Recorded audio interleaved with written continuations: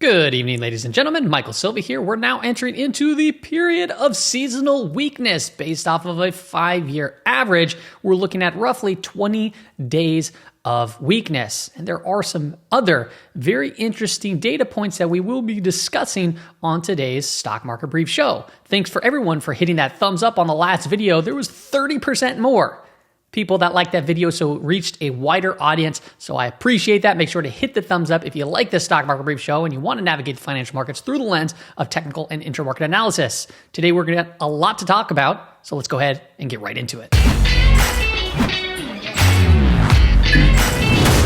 Okay, Lidokale. So we all know that Nvidia earnings is coming up, so the market's getting a little shaky as we're kind of walking into that day, which is tomorrow. We'll talk about what the chart looks like and the expected move for earnings. I'll let you know that I will be live on Twitch tomorrow, so make sure to follow me there. There's in the pinned comment, you can find my channel right there. But some weakness overall across the board. If we look at US sectors and factors, you can see that the VIX and the VVIX were kind of cranking up as traders were reaching out for probably protection. And then you see out of the 11 sectors, consumer staples and utilities led the way, much more of a risk off type day. Now, we're roughly here at day 33 of the trading year.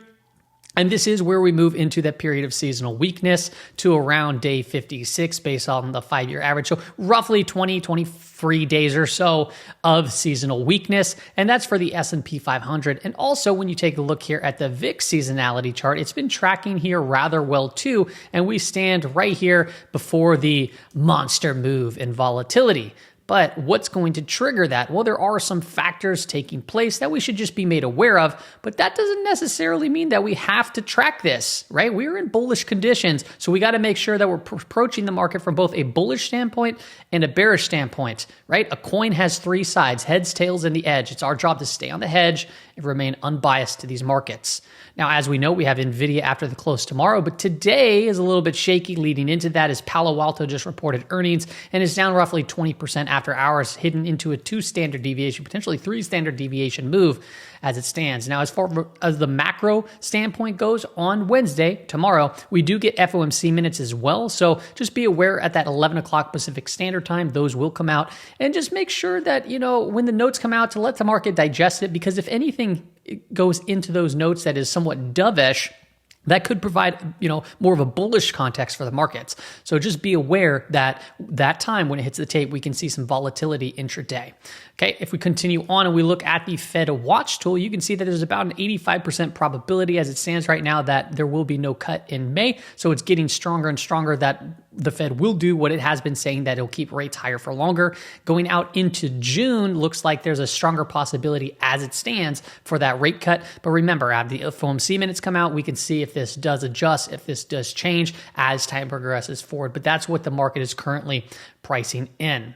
Now, as far as some of the stuff that goes from the seasonality standpoint, I want to look at sentiment really quick. This is from Goldman Sachs. It is 1 standard deviation up for US equity sentiment. And if you look at like the CNN Fear and Greed Index, we have been in extreme greed multiple times here. And now we're kind of coming off, but we're still within a greedy state as far as sentiment goes. This chart is displaying 2 line graphs indicating trend over time. You have a weighted gross average leverage and you have a weighted net average. It's displaying the US gross hedge fund leverage, and it's currently within the 99th percentile. So this right here, in short, can be a significant observation, as high leverage can imply increased potential risk and exposure to market volatility. If we take it one step further and we look at CTA downside convexity, this is somewhat meaningful too. Now, Scott Rubner had mentioned that the SPX short-term trigger is 48.58. So to make this simple, this is a level that we can put on our charts down here. I put SRCTA trigger 48.58, and these could potentially change,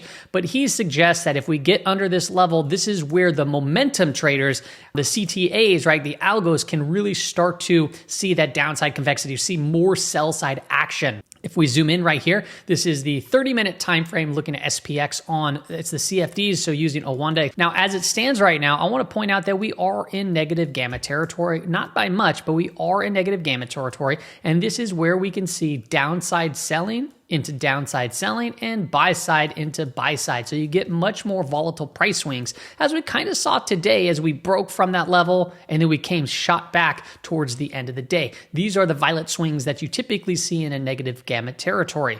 Now, if it goes back into positive gamma territory and we can substantially hold that level, then that's where you get the buying into,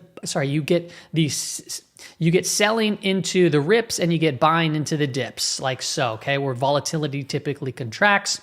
Now, there is an important level here that we've been watching that we haven't really broke from yet, and that's 5,000. I will note that traders have been reaching up here to 5,100. Whether they're going to get that or not may become heavily reliant on how Nvidia reports its earnings after tomorrow's bell. But you can see multiple times we came into this very, interesting and more importantly, a gamma level that had a lot of gamma exposure. A lot of traders were reaching up to the level prior, and you can just see as we broke from it, we pushed away, we came back, we pushed away, we pulled back into it. So this could be an interesting level to continue to watch.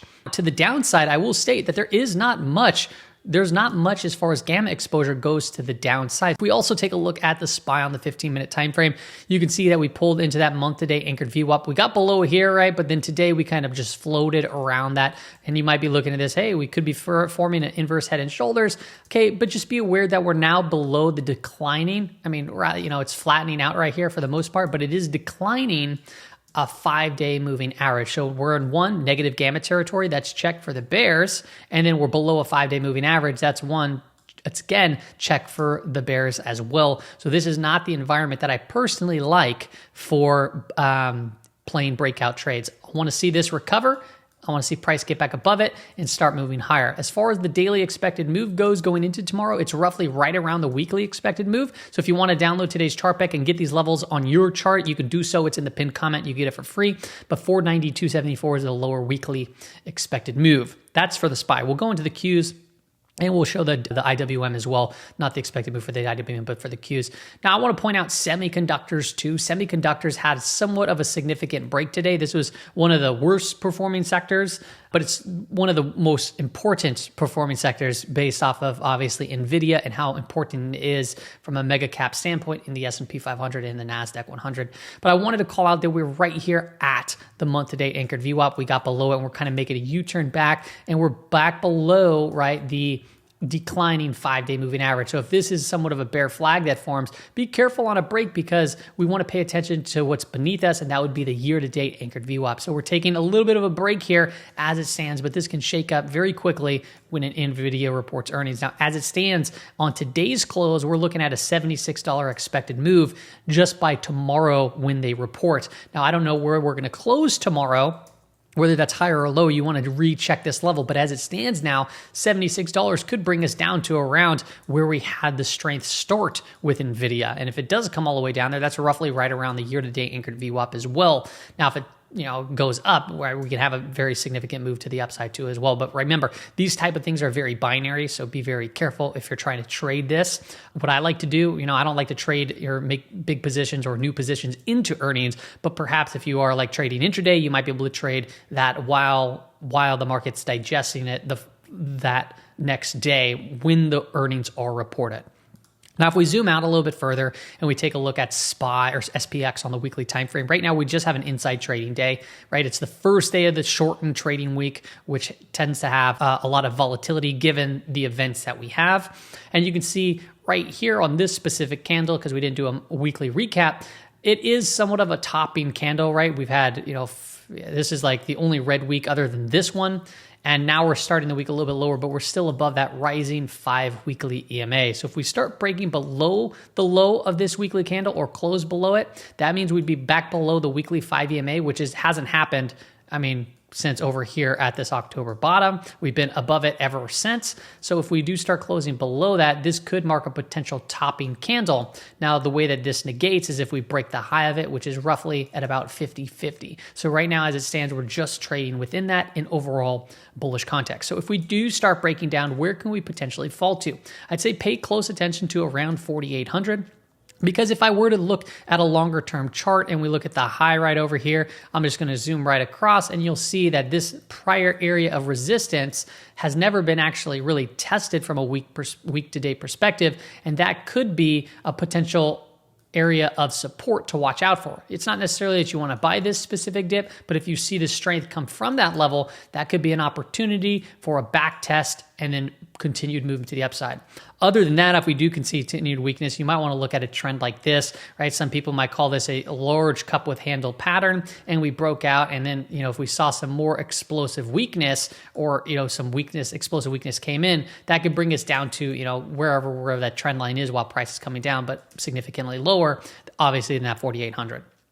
Now, if we take a look at the Qs on the daily time frame, right now we're kind of playing with a lower trend line, perhaps close to breaking down from it today. But remember, Nvidia is reporting earnings, and this can change things very quickly, both from a bearish and bullish perspective. If it's bearish and we do get our seasonal weakness and everything plays out where we get, continued weakness, we got to map out levels that may be of interest while price is going down. And I've just marked out from this low point here in October before the monster run, you can see that their anchored volume, the volume weighted average price for the anchored VWAP is roughly around 400. And this right here would be a potential level to keep an eye on if we do get weakness and strength from that level, because that could be a significant pullback overall in the overall context of a current uptrend. If you take a look at the 15-minute time frame on the Qs, we're also below the 5-day moving average here, and we're below the month-to-date anchored VWAP. You can see it held as support, right? It held as support, and then today it held actually as resistance. We gapped down, tried to come and reclaim it, and then it pressed down. We saw this little double bottom over here with the undercut, and we got right back above it. So this does open the door to potentially retest the declining 5-day moving average. All right, so just be aware of that, but we're not too far off the lower daily and lower weekly. So as it stands, you got to be a little, just cautious here from a bullish standpoint and be patient because you want this to start trending up to play the trend to the upside. Okay, if we look at the IWM is getting massive volatility. I've been trading this back and forth. I re-entered actually right here, and then I got out again today on a 1% drawdown. It was down a little bit deeper intraday. So I lost about a 1.5% on just this trade, and I might look to re-enter. And where I'd look to re-enter is probably crossing back above this 200. You'll see here just the massive move to the upside. Then you get a big drop, massive move to the upside. Now we're getting a massive drop. So volatility here, just in case if this is just a shakeout before a stronger move. So I'm just being cautious. I'm being careful. And what I've noticed here is you can see the high here matches with the high here, and it matches with the low here. You can see it's almost touched the high here. So this level seems to be very important area as prices have been trading within these areas. So if we can start getting back above it, perhaps that opens the door to go higher. And I'm looking at that level because we are still above a year-to-date anchored VWAP here, and we're above the month-to-date anchored VWAP here too as well.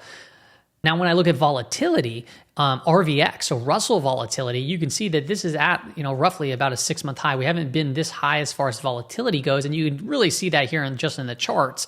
But we are reaching up here above the daily Bollinger Band, roughly at around 26. And this is where you can get chopped to shreds, which is really, honestly, what's happening. So you got to make sure to manage risk. And you look back, we haven't really been there since mid-October. So if volatility is going to come off a little bit, perhaps that does open the door to play the contra move, obviously. If volatility comes off, most cases, you get the rise in the index back above 200. So that is what I'll be paying attention to if we can get back above that level. Now, if it crosses back beneath it, right, I'm just going to be quick to get out because I don't want to take big losses if we're going to get some massive spikes in volatility during this period of seasonal weakness.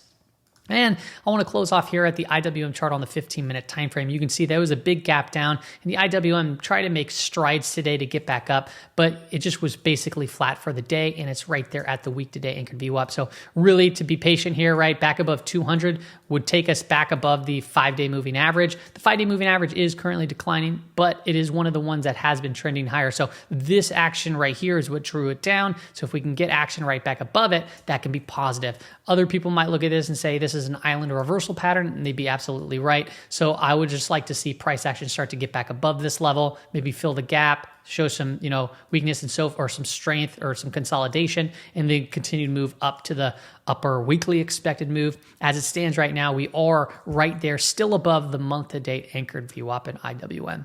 Now, we covered a lot in a very short period of time, right? Once again, I'll be live on Twitch so we can look at the markets live together. If I do stay till the end, we'll watch the Nvidia earnings and see how that plays out too as well. But remember, this is a very binary event. We're moving into a period of seasonal weakness. We have massive leverage, right? Sentiment's a little bit bullish. There's a lot of greed. We have FOMC minutes dropping. This is a time to be cautious, but the markets in the short term are telling us this as well based off of simple things like a gamma flip line and then the 5-day moving average. That's all I got for you on today's episode, everybody. Once again, if you can smash that thumbs up, it's greatly appreciated. I'll see you later.